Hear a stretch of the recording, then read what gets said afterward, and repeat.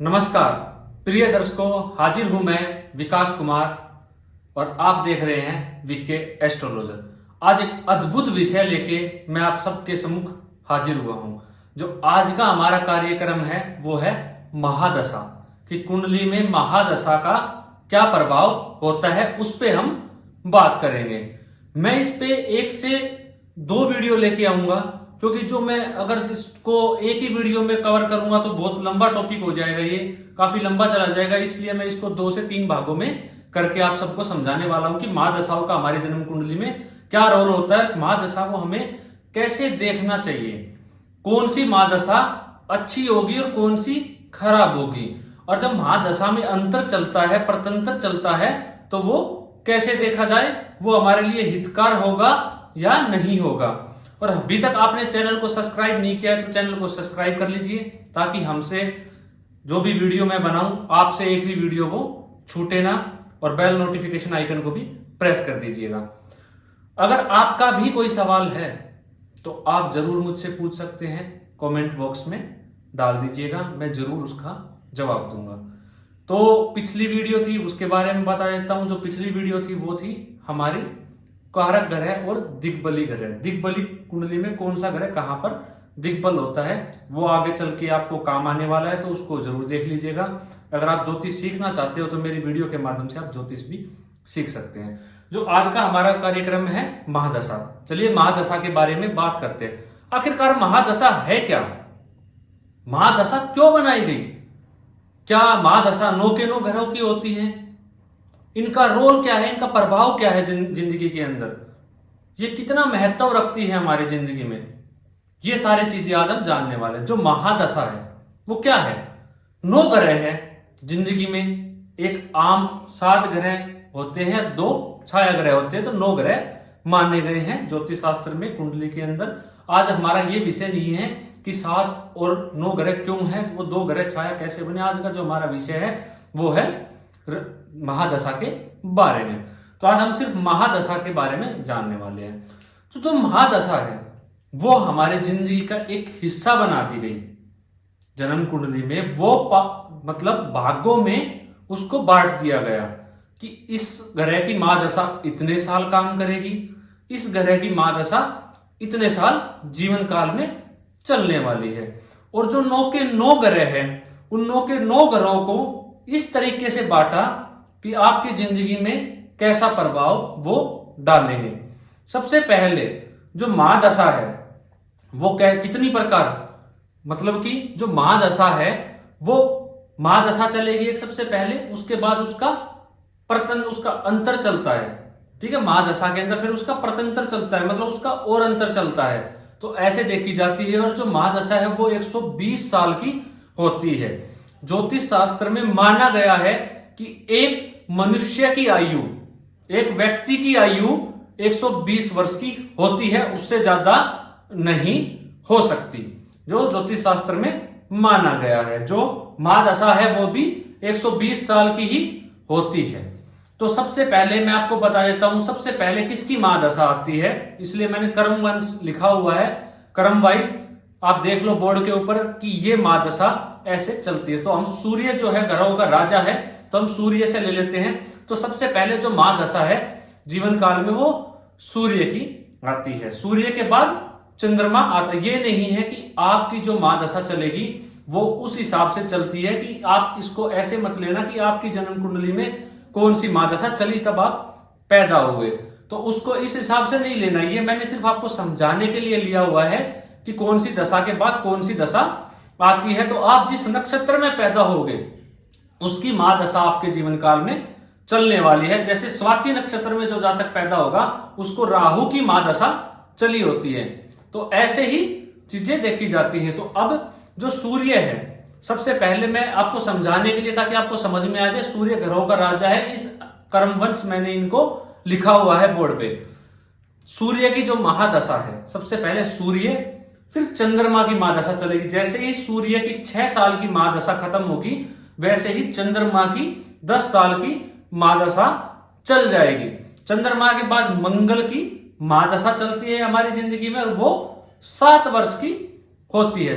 मंगल के बाद राहु की महादशा चलती है, जो राहु है उसकी महादशा 18 वर्ष की होती है। उसके बाद गुरु आ जाता है कुंडली के अंदर, जो गुरु की महादशा है वो 16 वर्ष की होती है। गुरु के बाद जिंदगी के अंदर आ जाता है शनि, जो शनि की महादशा है वो 19 साल की होती है। और शनि के बाद बुध आ जाता है जिसकी महादशा 17 साल चलती है। और बुध के बाद केतु ग्रह आता है जिसकी महादशा 7 वर्ष की होती है। और केतु के बाद शुक्र की महादशा आती है जो कि 20 साल की चलती है जीवन जिंदगी के अंदर। अगर हम इन सबको जोड़ ले तो 120 वर्ष बन जाते हैं। तो ऐसे ही अब आपकी जिंदगी में राहु की महादशा जैसे चली, आप स्वाति नक्षत्र में राहु के नक्षत्र में पैदा हुए, तो राहु के भी 3 नक्षत्र होते हैं, आप किसी में भी हो गए, तो राहु के नक्षत्र में पैदा होने से आपकी जो है वो राहु की महादशा आपके जीवन काल में जब आप पैदा होगे चलेगी।